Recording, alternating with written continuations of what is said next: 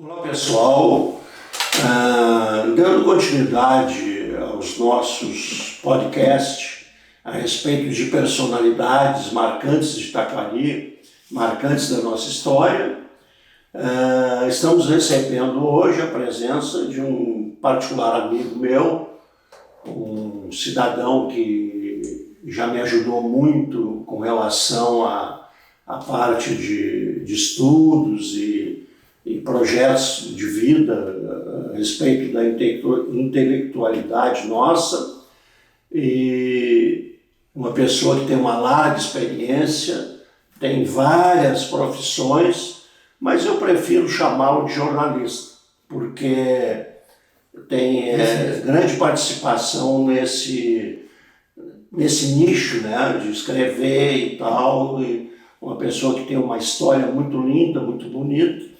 Então, temos hoje a presença do nosso grande amigo Carlos Manuel Soares. Barquinha, não? Barquinha também, embora não esteja registrado, mas eu sou filho de Barquinha, não é? Filho de Barquinha. O Carlos é português, nacionalidade portuguesa, veio para o Brasil. Eu já o conhecia aqui, e quando foi para tentar um mestrado lá em Coimbra, né, Carlos? Coimbra. Carlos tem uma amizade muito grande lá, até eu confesso para vocês de que essa amizade eu não esperava que fosse tão grande. A primeira vez que eu fui a Portugal, o Carlos foi o nosso cicerone, e ele nos levou em todos os lugares, extremamente bem recebidos, até com certo constrangimento das festas que fizeram para nós. Mas foi muito gratificante, né? Conhecemos bastante. Depois disso eu já fui a Portugal de novo, e o Carlos foi então o que abriu os caminhos lá para nós. Carlos, eu não quero falar porque a figura a ser entrevistada é o Carlos Soares. Mas tu pode falar. Então eu gostaria, sim, Carlos, iniciando, né? Como é que foi a história, como é que tu viesse parar no Brasil e viesse parar em Taquari, Carlos? Se quisesse te apresentar, tudo bem. Bom, o meu nome é Carlos Soares, e de alcunha, nem é alcunha, é o sobrenome, porque eu sou filho de Barquinhas, tá? Então o meu nome, eu gostaria imenso até de poder colocar Carlos Manuel Soares Barquinha. Mas tudo Barquinha é uma família tradicional portuguesa. É uma família tradicional portuguesa. Tem até vinhos. Tem vinhos, sim. Tá? Além de ter toureiros, além de ter tido fragatas, daquelas que passavam o rio carregando vinhos e etc. Durante a Segunda Guerra Mundial, meu avô, que por sinal morreu em 41, ainda durante a guerra, não é? Bom, eu nasci em 47, tá? Em Portugal, numa cidade chamada Vila Franca de Xira, que não tivesse a oportunidade de conhecer bem. Cidade lindíssima. Tá? A dona Carmen até quer morar lá em... eu estou sabendo que ela quer morar dela. E eu tenho andado procurando lá um apartamento ou uma casa e tal, porque vocês querem ir para lá. Bom, nasci na cidade e aconteceu que aos 12, e fiquei vivendo com a minha avó enquanto minha mãe foi para Moçambique. Moçambique. Na época, Moçambique era uma colônia portuguesa. É na África. Nós não chamávamos colônia, chamávamos província. Província portuguesa. Administrativamente era província. Era província. Que é na África, né? Que é na África. Qual é a parte da África ali? Na parte oriental da África. Oriental da África. Tá? Fazia fronteira com alguns outros protetorados, digamos assim, principalmente da Alemanha, fazia protetorados da Inglaterra. Isso foi na época dos descobrimentos? Não, até bem pouco tempo. Não, eu digo a possessão de Moçambique. Sim, sim, claro. Lá dos descobrimentos. Exatamente. e fazia fronteira com o Lesoto, não era Lesoto, não, Suazilândia, tá? E com a África do Sul. Pois... Então é quase lá na ponta do... É quase. Do lado de lá. Do lado de lá, exatamente. Praia também. Praias lindíssimas, praias maravilhosas, não é? Peixe lindíssimo, camarões, que era uma coisa louca, tá? Até depois, um dia eu conto uma história a respeito dos camarões, porque ainda me dá água na boca, sabe? Certo. Tá? Bom, eu vivi, como a minha mãe foi para a África, eu vivi com a minha avó e os meus tios em Vila Franca de Xira, onde eu nasci, na mesma casa, até que eu já tinha feito o primário lá e a minha avó não tinha condições, tá? Apesar dos estudos lá serem gratuitos, né? Na época, o secundário exatamente. Isso em Portugal. Isso em Portugal. Serem gratuitos, mas nós teríamos que ir para um local muito distante do centro da cidade. Estavam tirando a gente de um local mesmo pertinho da minha porta de casa para um outro local e a minha avó não quis fazer isso e tal. E então resolveu dizer à minha mãe que não tinha condições mais de poder meter comigo, não é? E aí minha mãe, mais o marido dela, resolveram me puxar para Moçambique, cidade da Beira, e fui morar numas terras que ficava a 3 km do início de um bairro chamado Manga, que chamava-se o Savane.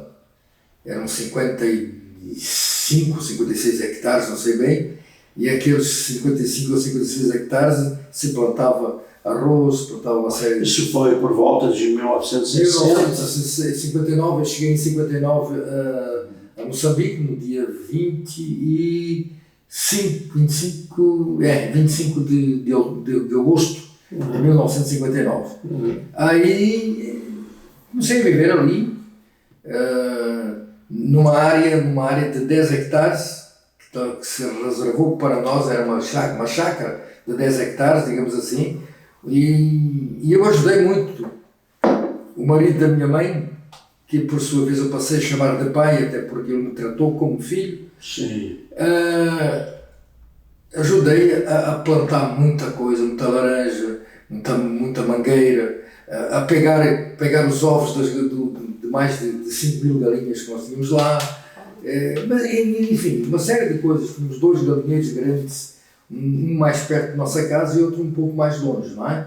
O que era mais longe era só galinha branca, que era para o mercado, e as outras galinhas eram mais umas 500, que era perus, patos, toda espécie de aves. Tínhamos periquitos, tínhamos pombos, tínhamos uma série de passarinhos ali assim, em gaiolas e tudo mais que a gente criava, não é? Tínhamos o macaco da Índia, tínhamos uma macaca da Índia, a Jack. Enfim, eu fui estudei lá, estudei na Escola Comercial e Industrial Freire de Andrade, na cidade da Beira, saía todos os dias 4 km da minha casa até o lugar onde eu ia pegar o machibombo. Machibombo. O que é o machibombo? É um ônibus, mas na língua de lá, indígena de lá, a gente chamava machibombo.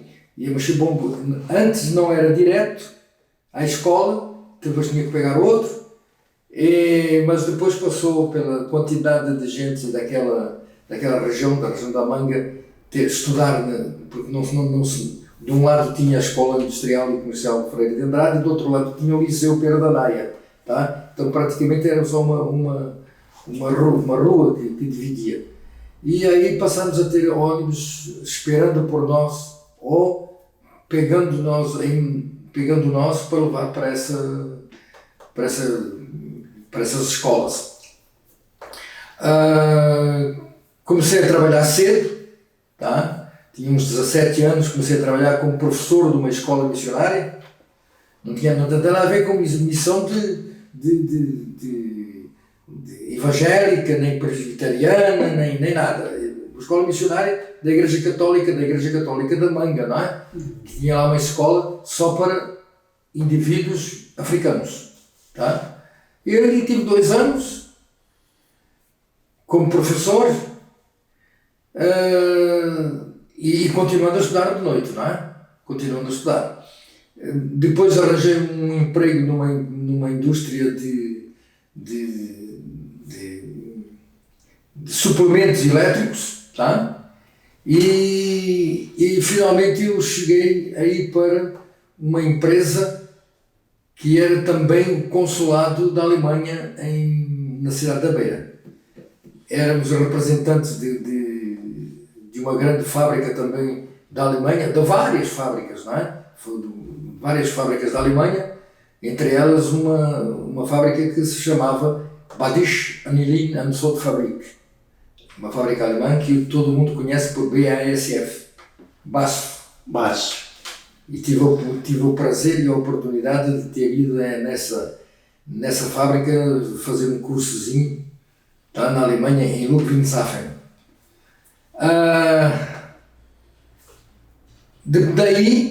Daí eu saí para fazer me ofereceram um dinheiro maior num local e eu fui para lá, para a cidade de Tete. Isso na província de Tete, cidade de Tete. Certo. Eu estava na contabilidade lá e de repente eu soube que estavam começando a construir a barragem de Cabora Bassa. Uma grande barragem, era na época, em termos de produção de energia, era na época a 4ª barragem maior do mundo. Isso o governo português. O governo português, não é? Um consórcio que fez com a África do Sul, com a França, com a Alemanha e toda essa coisa, não é? E porque todos eles tinham interesse, os alemães para fornecer as turbinas, não é? A África do Sul porque precisava da energia, tá? Os alemães, os franceses tinham a construção civil, tá? Que era o Grande Tramway de Marseille, e os italianos na transmissão das linhas aéreas, tá? E a Sorefame nas comportas. Tinha uma série de... Cada um tinha a sua especialidade. E eu fui para lá, para a contabilidade, não é? E passei lá 6 anos. Quantos empregados tinham na época? Na época eu sei mais ou menos, não o número correto, certo, à 10ª casa, mas tinha mais ou menos 6.200 funcionários. E eu entrei lá na contabilidade, depois que passei... E o dinheiro na época lá, qual era? Era escudo? Era escudo, mas não era o escudo português, era o escudo moçambicano. Valia um pouco menos, não é? Valia um pouco menos, não tinha lastro, o lastro era o escudo português, não é? E aí me pediram, um dia um funcionário saiu e me pediram se eu tomava conta também do stationário. O que é o stationário? É um barracão, digamos assim, um armazém, onde tinha todo o material de escritório. Impressos, lápis, canetas, tudo. Era uma papelaria, não era livro. Seria um almoxarifado de escritório. Um almoxarifado de escritório, tá? E ali, depois dali, veio um chefe, um diretor, um vice-presidente, digamos assim, da França, chamado Coulange, o nome dele era Coulange, e que gostava de mim. E aí me pediu para eu, também pela saída de um outro, não é? Para não virem de Portugal, porque na oportunidade muitos dos trabalhadores vieram de Portugal para lá, porque Moçambique praticamente não tinha desemprego, principalmente dos portugueses, dos brancos, não tinha desemprego, senão não trabalhava quem não queria, tá? E eles tinham confiança, tá? Nos brancos, não tinham muita confiança, os franceses, os sul-africanos, os alemães dos africanos, não tinham assim muita, para esse pessoal, chamávamos na época unskilled, tá? E tinham até acampamento próprio e tudo mais, só para trabalhos, principalmente de mineração, tá? Porque eles tinham uma grande experiência na mineração na África do Sul. E ali eu passei 6 anos. Isso foi mais ou menos de quando a quando? Olha, eu entrei em 1970. 70. Em 1970, né? E saí no final de 1975. Tá? Carlos, não querendo te interromper, já interrompendo, como dizia o Jô Soares, quando é que começaram lá os movimentos para... os movimentos das colônias para a separação? Das colônias ou das províncias para a separação. Aquilo começou principalmente com a situação da Índia. Da Índia. Porque nós tínhamos lá também 3 colónias, Goa, Damão e Diu. Tá? E nasce. Eu não me lembro o nome do primeiro-ministro ou do presidente da Índia, resolveu dizer assim, dá isso para cá.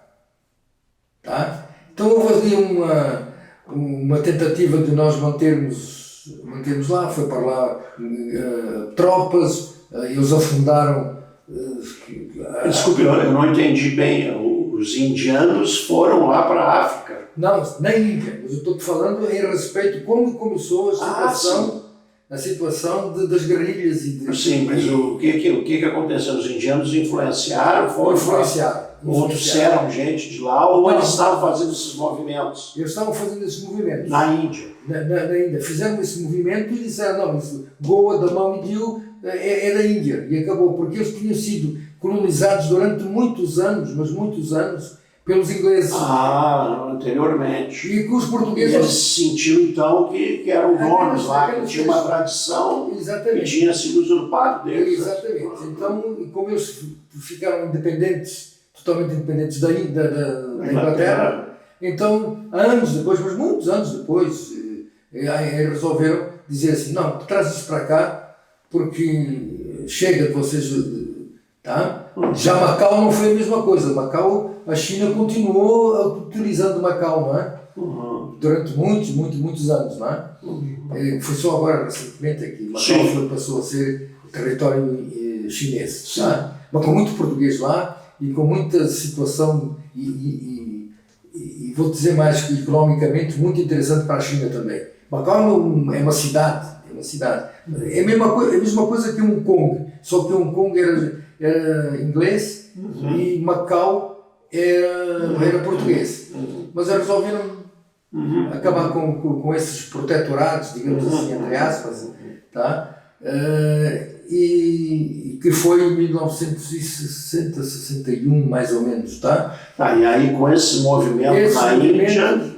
Começou o movimento em Angola, de emancipação de Angola, Moçambique e Guiné, assim como Cabo Verde, São Tomé e Príncipe, tá? Que eram tudo colónias. Isso foi lá na década de 60. Na década de 60. Em 61 começou o grande movimento armado, tá? Da MPLA de Angola. E esses movimentos eram sustentados por quem? Que havia vários interesses. Olha, interesses, como dizia o pessoal. Tinha vários interesses. Tinha, por exemplo, o interesse como está hoje acontecendo entre a Rússia e a Ucrânia, dos americanos se botarem lá e dizer tem que ser independente, tem que ser isso, tem que ser aquilo, tem que ser... Para quê? Principalmente em Angola.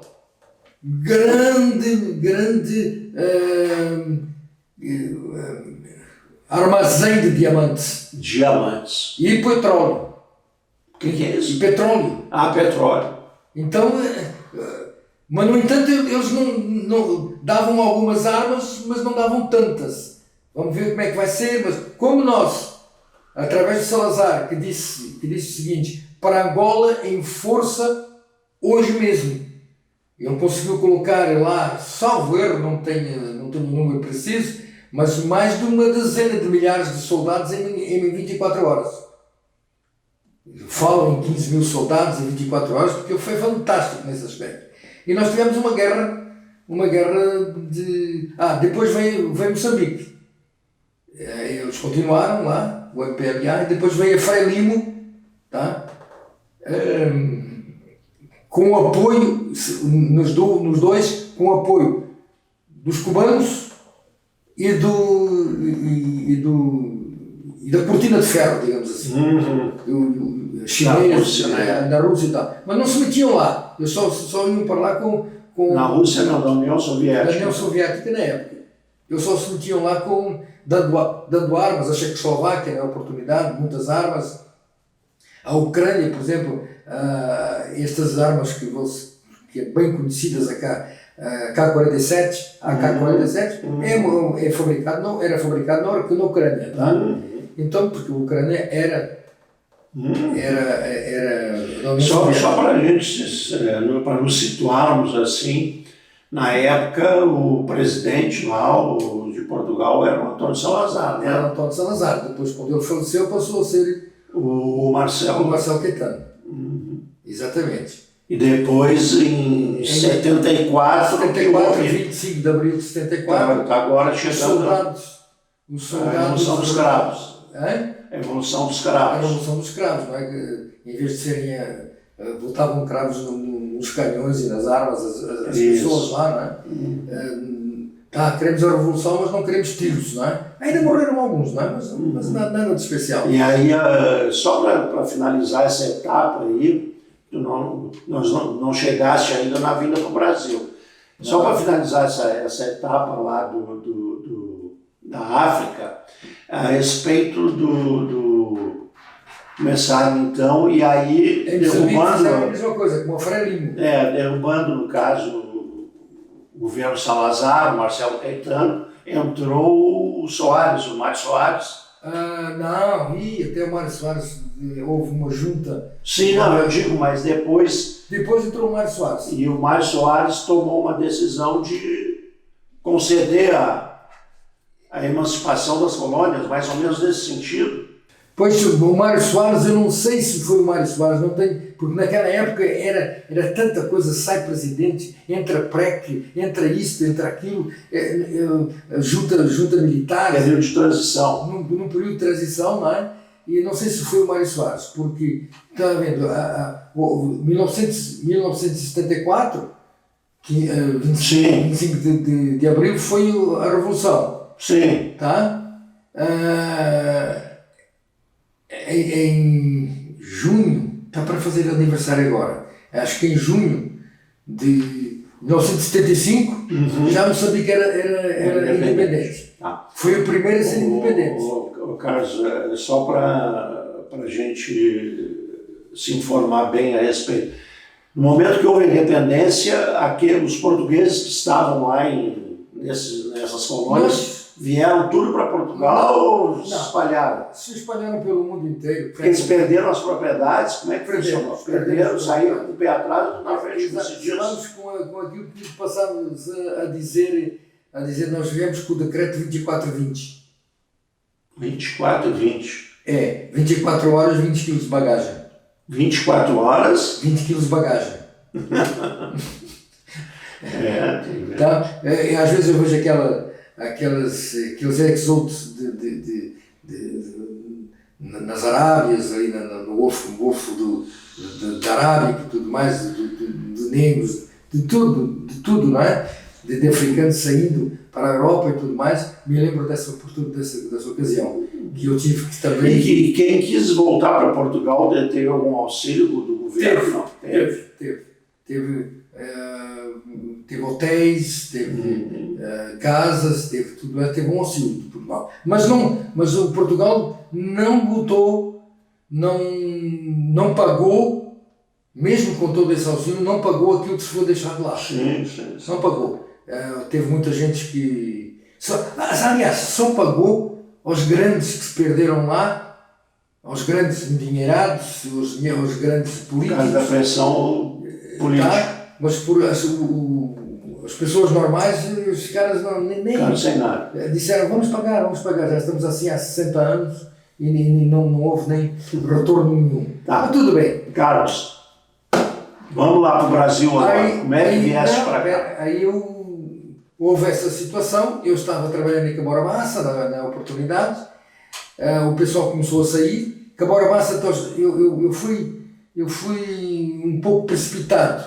Os meus pais sofreram lá bastantes, como é que eu posso dizer, bastante pressão para saírem, não é? E eu consegui arranjar um emprego então para o meu pai em Caborabassa. E eles foram para lá, de Caborabassa, dava casas, dava... Isso era onde? Em Caborabassa. Sim, mas na usina hidroelétrica. Mas pertencia o quê? A Portugal, na província de Tete. Tá. Na província de Tete. Aí eu consegui que ele passasse para lá até a obra acabar. Eu não sei se ele veio antes, foi depois, sei lá, não faço nem ideia, tá? E como eu estava sentindo que as coisas não estavam muito bem, eles quiseram ficar lá, eu combinei com os meus pais, não é? Que eu vinha para o Brasil, porque eu estava namorando uma menina aqui no Brasil, tá? Que depois casei com ela quando vim para o Brasil. Tá, mas namorando de que forma? Naquela época não tinha internet, não tinha telefone. Por carta mesmo. Por carta, na época era por carta. Lembra daquelas revistas Contigo, e aquelas revistas que traziam aqueles... Sim. Aqueles... Como é que se chama? Aqueles romances, aqueles... Sim. Tá? Aquelas coisas todas. Numa das capas tinha menina de não sei quê, do Mas Brasil. era distribuído lá também, essas revistas. Era distribuído, sim, nós tínhamos muito acesso a essas revistas. E não tínhamos outra coisa que fazer. Ali era a 159 km do local mais perto, que era a cidade de Tete, e aquilo era nas montanhas. E aí então tu começou a correspondência e aí... Até engraçado aí. Isso foi quando, Carlos? Em 1971, mais ou menos. Mais ou menos 71. Mas foi engraçado que comecei com essa correspondência e não era correspondência para mim. Era correspondência para um colega meu que me pedia para eu escrever as cartas para ele. Então a tua esposa na época casou com a pessoa errada, então. Eu acho que sim, porque... Não, estou brincando. Tá, mas tudo bem. E então, tempos depois eu disse, olha, eu não tentaste escrever a carta. Não é o fulano, só eu. O outro já tinha até saído de lá também, de Caborabassa, e então já não tinha mais contato e tive que dizer, olha, eu vou-te dizer uma coisa, quem está a escrever as cartas sou eu. Tá? E aí a gente se gostou e a gente se amou, realmente na realidade. Eu vim para Moçambique, fiz um trajeto bem complicado de Caborabassa para a cidade de Salisbury, na Rodésia, antigamente era Rodésia. Rodésia do Sul. Onde é que era isso? A Rodésia do Sul era fronteira, era um protetorado ou uma colónia inglesa. Não, mas no meio da África. No meio da África, não é? Porque não tinha nada lá ainda. E ali em Salisbury, capital da Rodésia do Sul, fazia conexão com Joanesburgo. Isso de avião? De avião. E de avião de Joanesburgo fazia conexão com o Rio. Joanesburgo. Eu nem fui a Portugal, tive 10 anos. Mas aí de avião? De avião, sim, de avião. Tá. Aí viesse para o Rio de Janeiro? Cheguei ao Rio de Janeiro, no mesmo dia já embarquei, cheguei de manhã cedo, no mesmo dia já embarquei para Porto Alegre, onde a minha futura esposa estava te esperando. Estava esperando. E assim fui para a cidade de Chapada. Chapada aqui perto de Carazinho. Carazinho, assim, de Carazinho. Mais Tá? fundo ali dessa É onde ela morava, o pai tinha sido prefeito lá e tudo mais, e, enfim. Eu sei dizer, mas eu trazia dentro da bagagem, da minha bagagem, uma coisa muito importante, tá? Que era um projeto, tá? Porque nós tínhamos lá, fazendo um parênteses, nós lá em Moçambique tínhamos muita laranjeira. Nós fornecíamos laranjas para o mercado, fornecíamos laranjas até principalmente para os barcos das companhias inglesas, das companhias francesas, belgas, que chegavam à cidade da Beira. O clima lá era parecido com o nosso aqui, não? É mais ou menos como o Rio de Janeiro. Rio de Janeiro, mais quente. Quente, é mais quente do que aqui, não é? O inverno, só depois nas montanhas lá que eu fui para lá, sim, lá para... é que tinha inverno. Então nós, como fornecíamos isso, nós tínhamos que ter laranjeiras. E eu acho que eu plantei, dizem assim que o homem só é homem quando tem um filho, planta uma árvore e escreve um livro. Eu já escrevi vários, com tudo aquilo que eu fiz já escrevi vários. Não é? Principalmente aquilo que eu escrevi em jornais, enfim, em TCCs e tudo mais, eu já escrevi. Sim. Bom, aí aconteceu que eu trazia a ideia, tá, de fazer algum... desculpe, tem um parênteses. E as laranjeiras, eu já conhecia a cidade de Taquari, por causa da laranja Taquari. Conhecia lá Sim, exatamente, por causa da laranja Taquari. Não, conhecia quando veio para o sul aqui. Tá, conhecia fisicamente, mas conhecia por nome a cidade de Taquari. Mas quando tu estavas lá ainda? Quando eu estava lá em Moçambique. E como é que chegou lá? Por causa da laranja Taquari. Sim, mas como é que chega essa... tu sabe que as pessoas levam laranja para aqui, levam para lá. Aí já tinha... E nós tínhamos a laranja Taquari lá, que aqui chamam laranja do céu. Que era a laranja do céu. Exatamente. A laranja Taquari era a laranja do céu. Exatamente. Então tu saiu de lá e veio para o céu, então. Quase. Aí aconteceu que eu tinha um projeto. E lá em Moçambique, nós fizemos, não sei se era a laranja de Taquari, a árvore, enxertada com a laranja da Bahia. Não sei, ou se era o contrário. Não me lembro. Mas sei que enxertámos bastantes laranjeiras, não é? Cresceram e saía uma laranja grande, doce. Muito boa. Como eu sabia disso, eu trouxe a ideia, tá? De vir como vinha para o Brasil, de trazer essa ideia e tentar fazer isso aqui, porque aqui não tinha isso. Eu estava chapada na época. Um dia peguei um carro que eu tinha comprado quando cheguei e vim aqui assim a Taquari. E vim falar, e comecei a falar com o pessoal aí, e vim falar com um prefeito. Quem era o prefeito na época? É para dizer o nome? Sim. Não, é porque acontece o seguinte, foi uma pessoa que não queria nem saber de Taquari. Não sabia nem o que estava dizendo, nem o que estava dizendo. Isso é o meu pensamento. Tanto assim que eu vim apresentar eu tinha dinheiro naquela época, tanto assim que depois comprei uma gráfica e tal, comprei um jornal, que era para fazermos uma cooperativa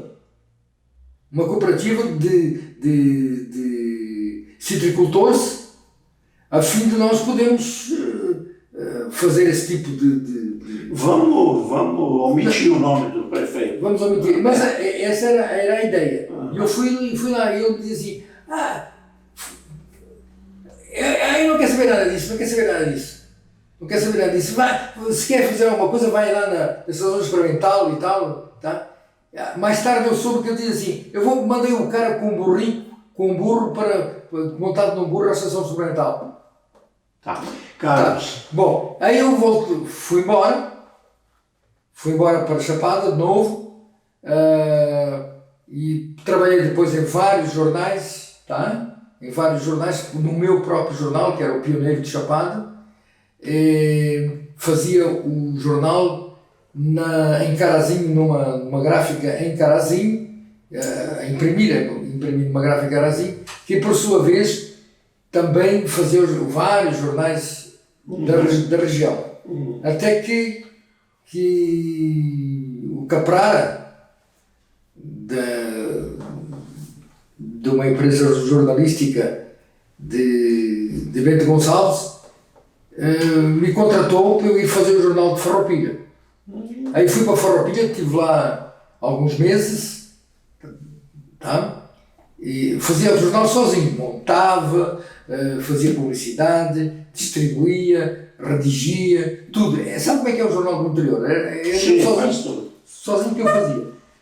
E aí ele tinha uma gráfica, levava as coisas à gráfica e tal. Aí um dia ele dava lucro, porque se não tivesse não dar lucro eu não tinha pedido. Um dia ele disse assim: Carlos, vem para Bento Gonçalves, tá? Eu morava em Farroupilha, vem para Bento Gonçalves e tu vais ser gerente editor dos diretores ou editores dos jornais que nós tínhamos, que era o jornal de Farroupilha, jornal de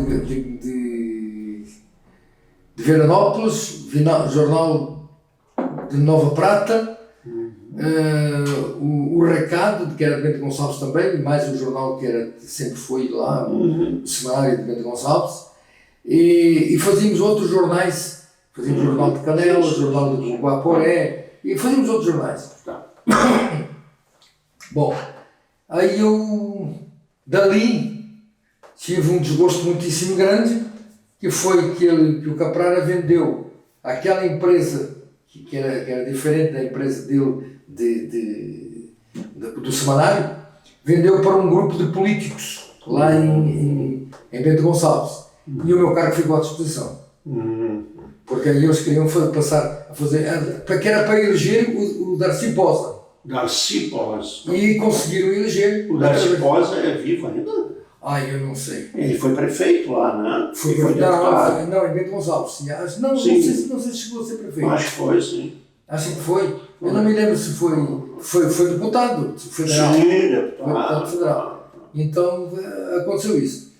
Aí eu conheci vários políticos. Na época eu não tinha grande questão de ser daqui ou dali, tinha uma questão, digamos assim, de princípios. Sim, claro. De princípios. Carlos, aí... Bom, como é que chegou em Taquari?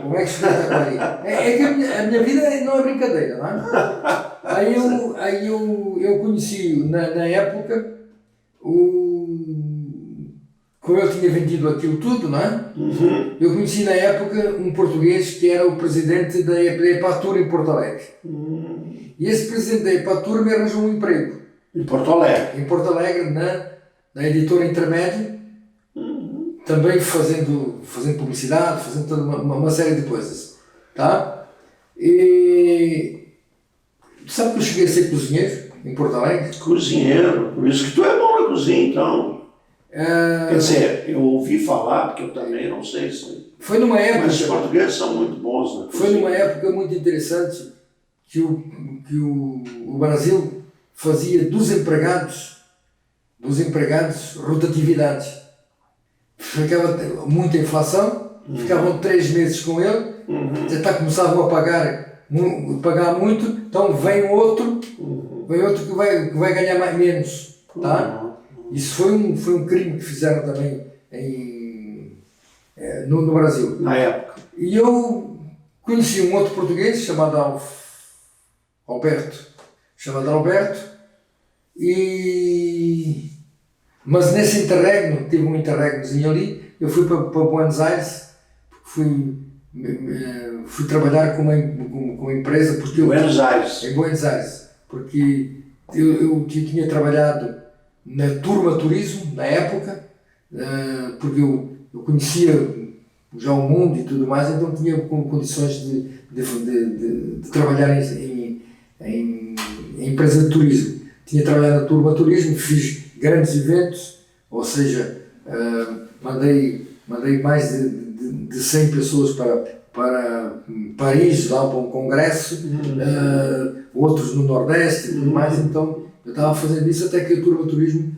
E está custando a chegar em Taquari, né? Tá. Vamos lá agora para Então acontece que eu fui cozinheiro. Fui cozinheiro e estive lá alguns meses sendo cozinheiro e ia lá pessoas até de bom poder aquisitivo. Mas era onde é que era o restaurante na época? Aí é que está. Era na Santo Antônio. Santo Antônio. Na Santo Antônio. E era um cozinheiro para homossexuais. Mas eu gostava muito dos meus temperos, das minhas coisas e tudo mais. Fiz amizade com alguns deles, uns já morreram, outros estão ainda vivos e tal.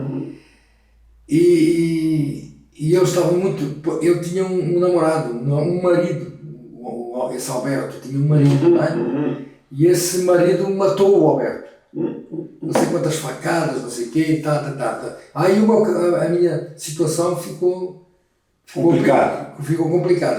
E no dia em que eles me disseram, não podemos mais ter a ti, eu fui para casa, que morava ali na Garibaldi, e estava bem transtornado, assim, chega dessa coisa, o que é que eu vou fazer na minha vida e tal, isso era à noite.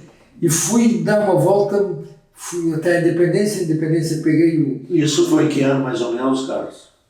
1984. Janeiro de 1984, tá? 30 de janeiro de 1984, tá? E aí eu andei, caminhei pela Rua da Praia, voltei, vou dormir, era aí mais ou menos umas 11h30 da noite, né? Aí eu voltei e chego ali à Praça Dom Feliciano. Isso é importante que eu diga isso, como é que foi?